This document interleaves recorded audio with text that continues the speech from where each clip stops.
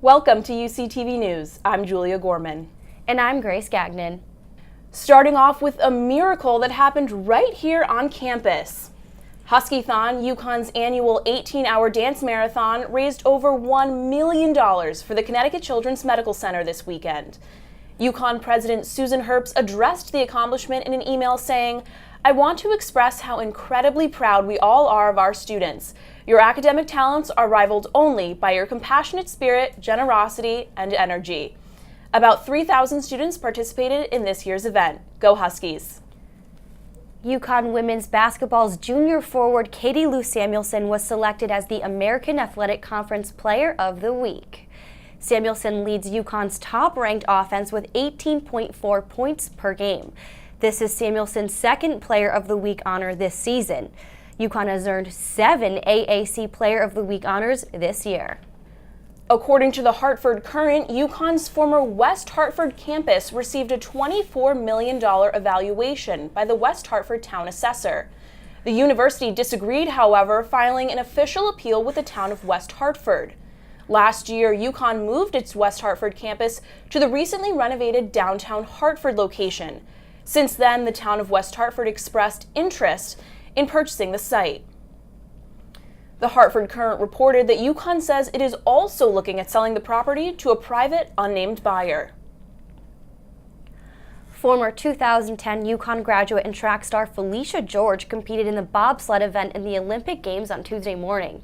George has competed in 2 previous Summer Olympics for Canada in the 100-meter hurdles. In this year's bobsled event, she finished 5th for her first run and 4th for her second run. George is the first Black woman to compete for Canada in both the Summer and Winter Games.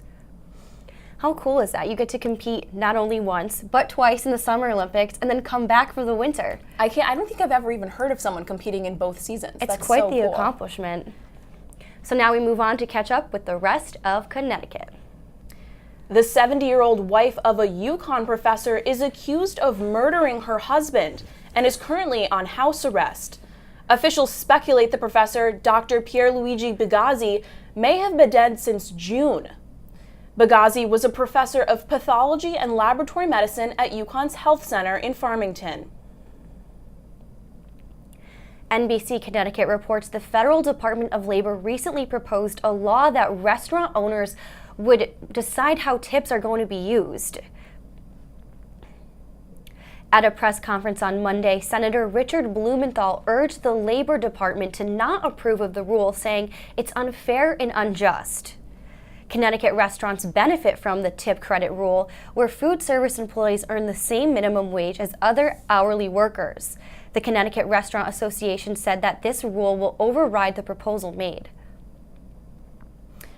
A Connecticut high school student is leading a nationwide school walkout in response to the epidemic of mass shootings in the United States. According to the Hartford Courant, Lane Murdoch, a Ridgefield High School sophomore, called for a congressional response after 17 people were killed in the recent mass shooting at a Florida high school. Since last week, Murdoch's petition has received over 10,000 signatures. More on the flu virus. WFSB reports more than 70 people have died from the flu this year, and emergency room visits related to the flu have risen 14% in Connecticut. State Representative Rosa DeLauro's bill, the Public Health Emergency Preparedness Act, would contribute $5 billion to the Public Health Emergency Fund. This bill would allow for more effective response to public health crises like the flu. So, how are you feeling from the flu? So Grace and I both recently actually just got over having the flu, so if anyone could give you a personal story, it'd be one of us. And I got vaccinated, so even if you think you're safe, you're probably not. Yeah. Good luck. So next up, we move to talk about the rest of the events in our country. Valentine's Day turned into a day of tragedy in Parkland, Florida, after a 19-year-old shot and killed 17 people at Marjorie Stoneman Douglas High School.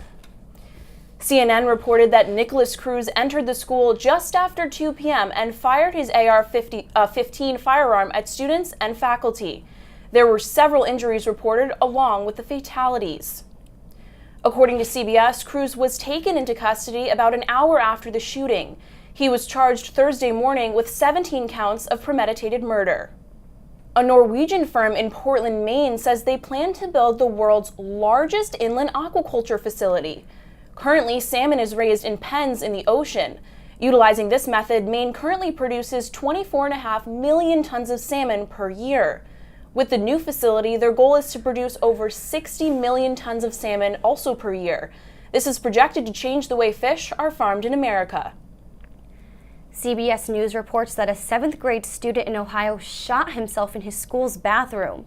The school district took to Facebook to notify parents that classes had been canceled for the day, and the schools were in lockdown as officials investigated. CBS confirms that no other students nor faculty were injured as a result of the shooting. The condition of the student is unknown. It is unclear whether or not the shooting was intentional or an accident. This violence in our country, it's just consuming the news. I feel like our script is just shooting after shooting after shooting story. And to make matters worse, people can't even agree on how to solve it. The president is comforting those affected by the opioid crisis.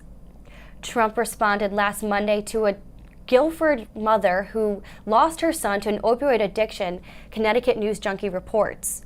Sue Krochek's son, Nick, died just 11 days before his 21st birthday.